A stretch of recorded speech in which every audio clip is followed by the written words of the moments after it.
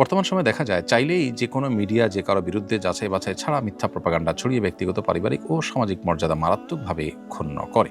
গণমাধ্যমের এই অপব্যবহার রোধে সরকারের কি ধরনের নীতিমালা বা অবস্থান গ্রহণ করা উচিত বলে আপনি মনে করেন?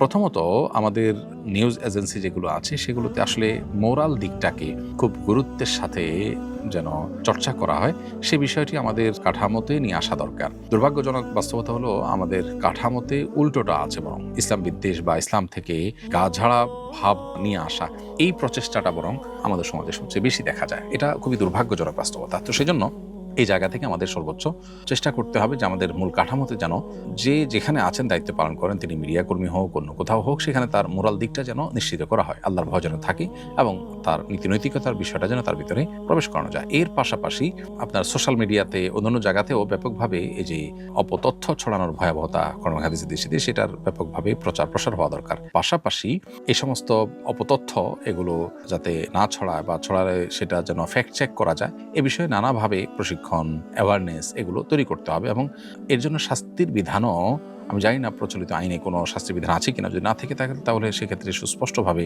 এ ধরনের অপরাধ করার ফলে শাস্তির বিধানও আসলে থাকা উচিত। কারণ আপনি মিডিয়া কর্মী হন বা যেই হন না কেন, আপনি কারোর চরিত্রে হনন করবেন, ধারণা প্রসূত একজনের বিরুদ্ধে আপনি অপতথ্য ছড়াবেন, তার জন্য আপনার কোনো শাস্তি হবে না, এটা তো অবশ্যই জুলুম। অতএব এই বিষয়টাকে মাথায় রেখে প্রয়োজনীয় শাস্তির আইনও করা যেতে পারে। রাজনীতিবিদদের সমালোচনা কি গীবত হিসাবে গণ্য হবে? রাজনীতিবিদ হয়ে গেলে তাদের সমালোচনা জায়েজ হয়ে যাবে না, হালাল হয়ে যাবে না। তবে হ্যাঁ, রাজনীতিবিদদের এমন কোনো কর্মকাণ্ডের সমালোচনা আপনার নিষিদ্ধ গীবতের আওতায় পড়বে না যেটার ফলে জাতির ক্ষতি হয়।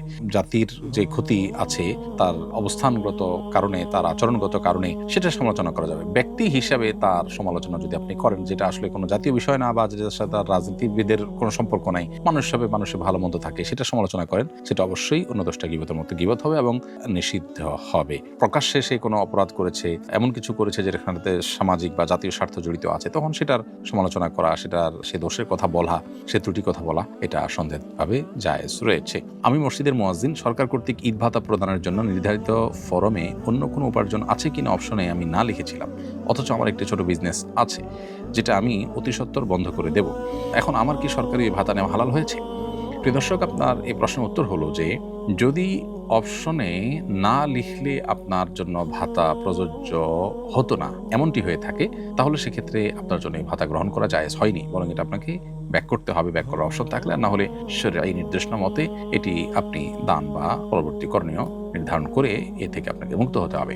যখন কোনো উপহার উপঢৌকনের জন্য শর্ত দেওয়া হয় যে এই ক্যাটাগরির মানুষকে দেওয়া হবে, তখন আপনি সেই ক্যাটাগরির মানুষ না হয়েও সেটা গ্রহণ করেছেন, সেদিক থেকে এটা গ্রহণ করার জন্য জায়েজ হবে না, এটা আপনাকে ব্যাক করতে হবে। আর যদি ব্যাপারটা এরকম না যে এই হা নার উপরে আপনার ভাতা নির্ধারণ হতো, বরং আপনি না লিখলেও হ্যাঁ লিখলেও আপনি ভাতা পেতেন, এরকম যদি হয় তাহলে সেক্ষেত্রে ভাতা গ্রহণ করা আপনার জন্য জায়েজ হবে।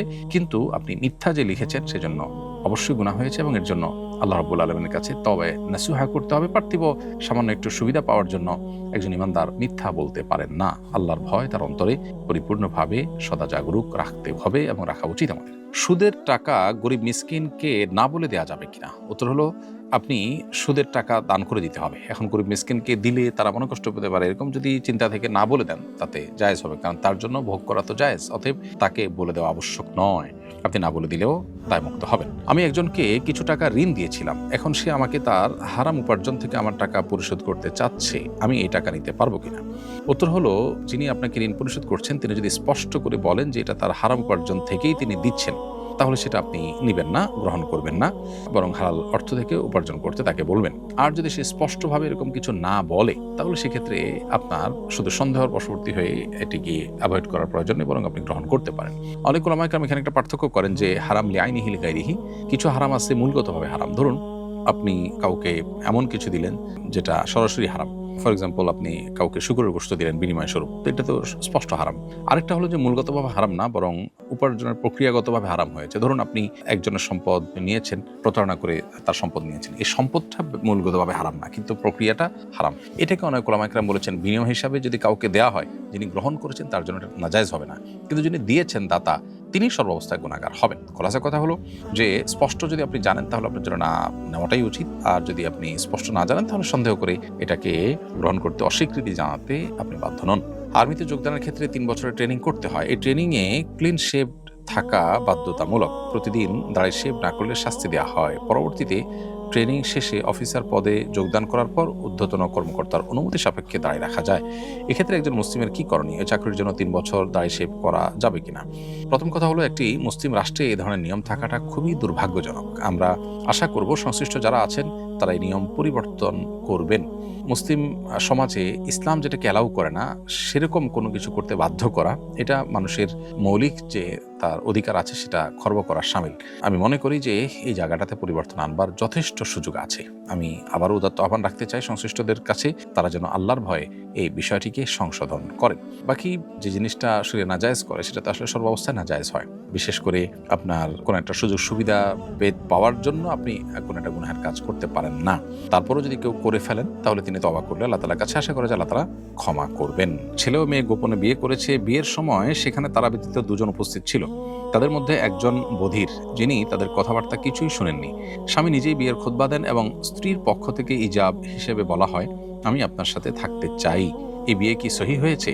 মৌলিকভাবে কথা হলো যে বিয়ে আসলে গোপনে করার বিষয় না, বিয়ে প্রকাশ্যে হওয়া উচিত। এবং নবী সাল্লাল্লাহু আলাইহি ওয়াসাল্লামের কোনো হাদিস রয়েছে এই মর্মে, যেমন আলিনু হাদান নিকাহ, তোমরা বিয়েকে ঘোষণা করো, ফাইন্নাহু নিকাহু লাইসা বিসিফা, কারণ এটা বিয়ে, এটা কোনো ব্যভিচার নয়, অতএব এটা প্রকাশ্যে করো, বলে কয়ে করো, জানিয়ে